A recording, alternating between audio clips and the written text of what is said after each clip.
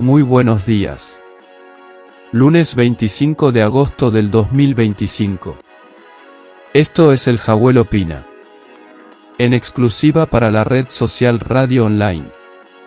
Mi nombre es Tomás Tomás. Y este espacio es netamente mi opinión sobre diferentes temas como periodista. Nuevamente con ustedes, damos las gracias por sus comentarios de este pequeño espacio de opinión. Me asombro de la cantidad de vecinos y gente que tengo en mis redes, que a algunos los conozco, bueno, a casi la mayoría, y tengo un poco más de 4000 seguidores, y la verdad que no soy el único que opina que este gobierno no me representa. Y lo peor es que quedamos muy mal en el extranjero. Ya este gobierno llegó al máximo de lo que se podía llegar. Hoy la mitad de los argentinos estamos desprotegidos en muchos aspectos, laboralmente, en la salud, en la educación y lo peor, en la alimentación. Se armó un gran revuelo por la suba de la jubilación, que era una miseria. Y vimos por TV cómo la policía agredía a los discapacitados. No solo les tiran gas pimienta en la cara, los golpean a un grupo mínimo que reclaman desde hace años la restitución del 82% móvil que tenían. Y por 2 votos en contra. Este gobierno miserable logró anular este aumento. Uno por uno te dejo los culpables de la anulación, así los recordás. Así votaron los diputados la ratificación al veto de Milei, que frenó el aumento de las jubilaciones. Con 160 votos afirmativos, 83 negativos y 6 abstenciones, la Cámara Baja no alcanzó los 2/3 necesarios, por lo que quedó firme el veto a la ley que disponía una suba del 7,2% en jubilaciones y un bono de 110.000 pesos.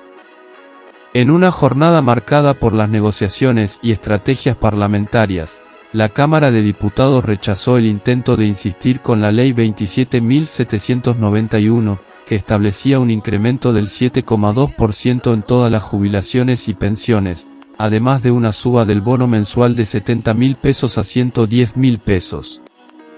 Con 160 votos afirmativos, 83 negativos y 6 abstenciones, el resultado no alcanzó los 2/3 requeridos para rechazar el veto del presidente Javier Milei, que finalmente quedó ratificado.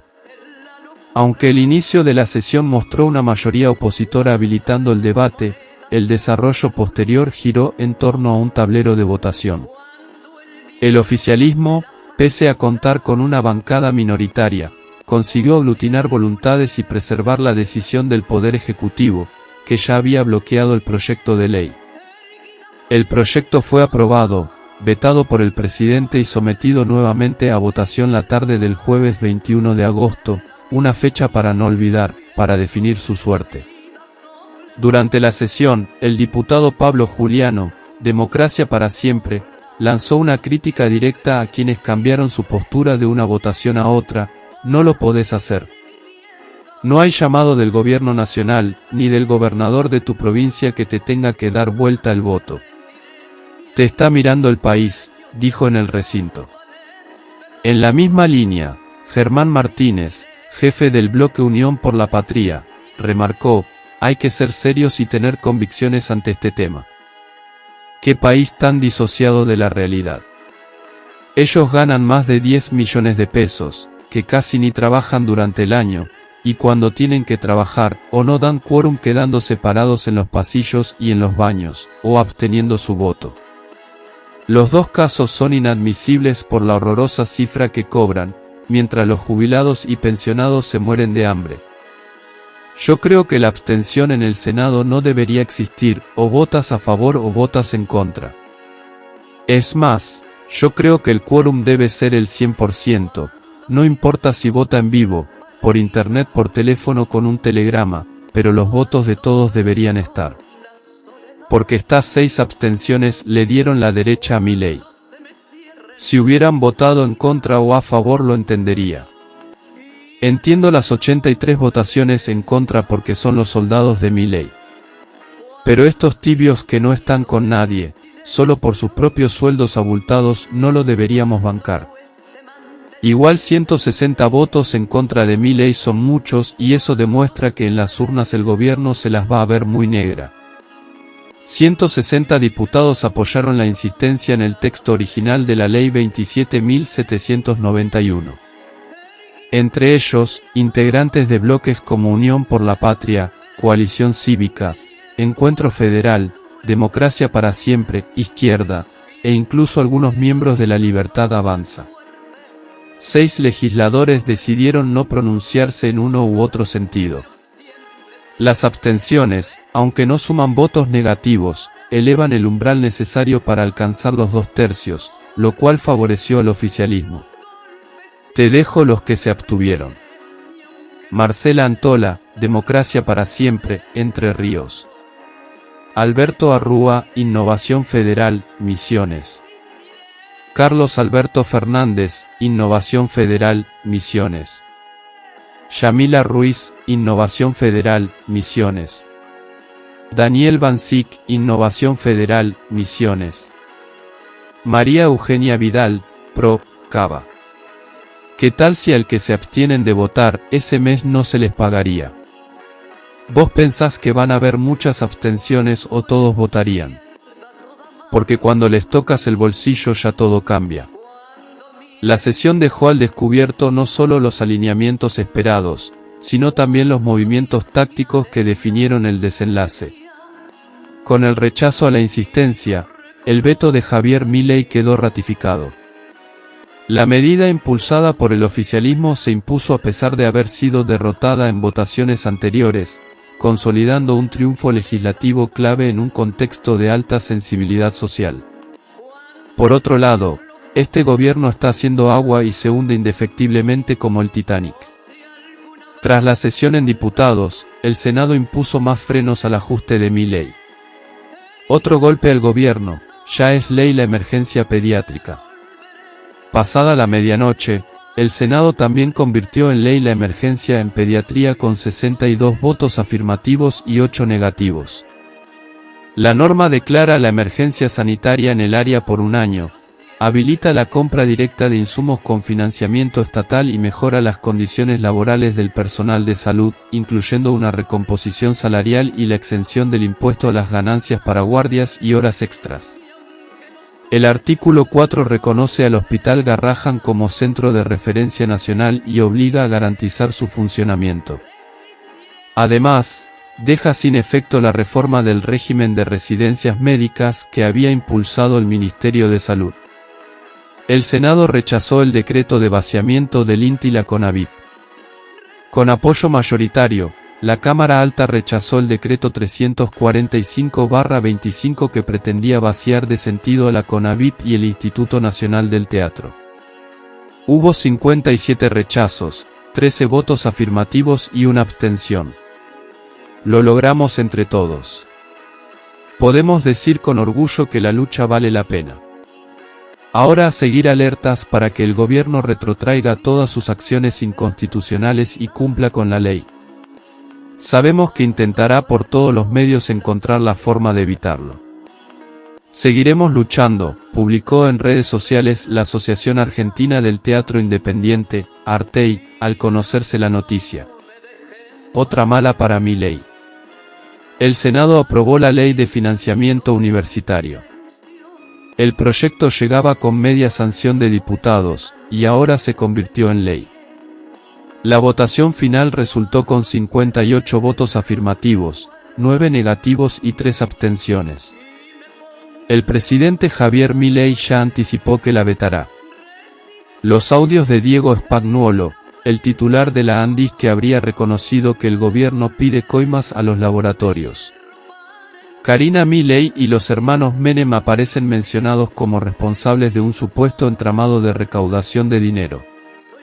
Las grabaciones fueron difundidas en el canal de streaming Carnaval.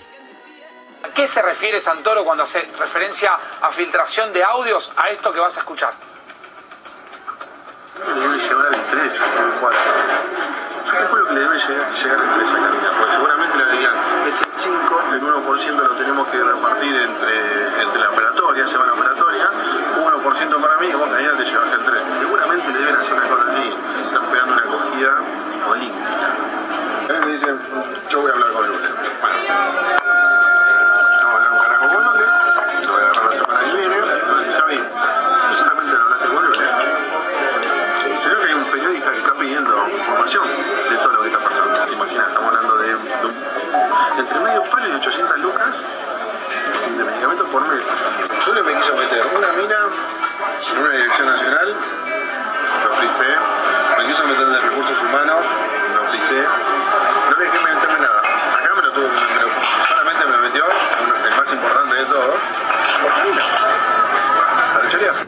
¿Cómo?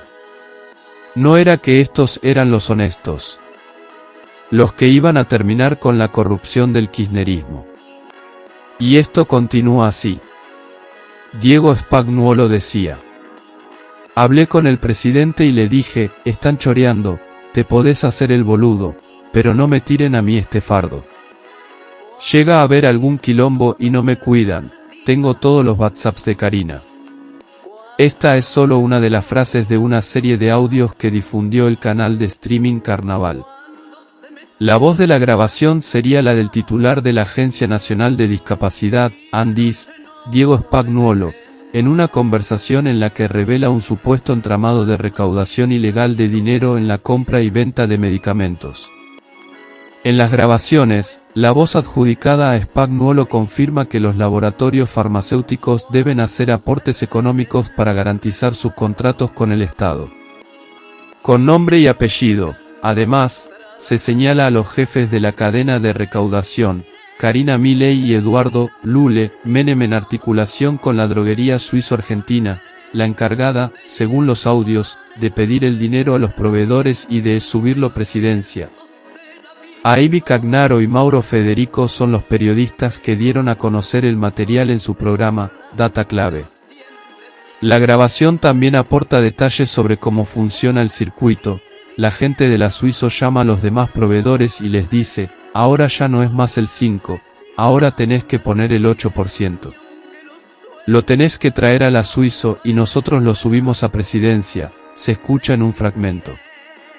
A Karina le debe llegar el 3 o el 4. Calculo que le debe llegar el 3 porque seguramente le digan que tienen el 5, que el 1% se lo lleva la operatoria, el otro 1% es para mí y Karina se lleva el 3. Seguramente es una cosa así y le están pegando una cogida olímpica. Esto era textualmente lo que se oye en el audio, se escucha bien clarito en el audio. Y de parte del gobierno hay silencio de radio. Nadie sale a desmentir estos audios. Pero ¿qué hizo este gobierno más cruel y corrupto de la historia argentina, en vez de llamar a todos a declarar ante un juez? ¿Qué pensás que hicieron? Echaron a Diego Spagnuolo. Inaudito, quieren tapar todo bajo la alfombra roja de la Casa Rosada. Por orden de Milei, Spagnuolo renunció a la ANDIS. La dimisión la comunicó la vocería presidencial pasada la medianoche. El ahora exfuncionario es amigo íntimo de Milei y también su abogado. En los audios detalla una serie de coimas a laboratorios desde el Estado. El escándalo que sacudió al ahora ex titular de la Agencia Nacional de Discapacidad, ANDIS, Diego Spagnuolo, alcanzó su punto de hervor en las oficinas de la Casa Rosada.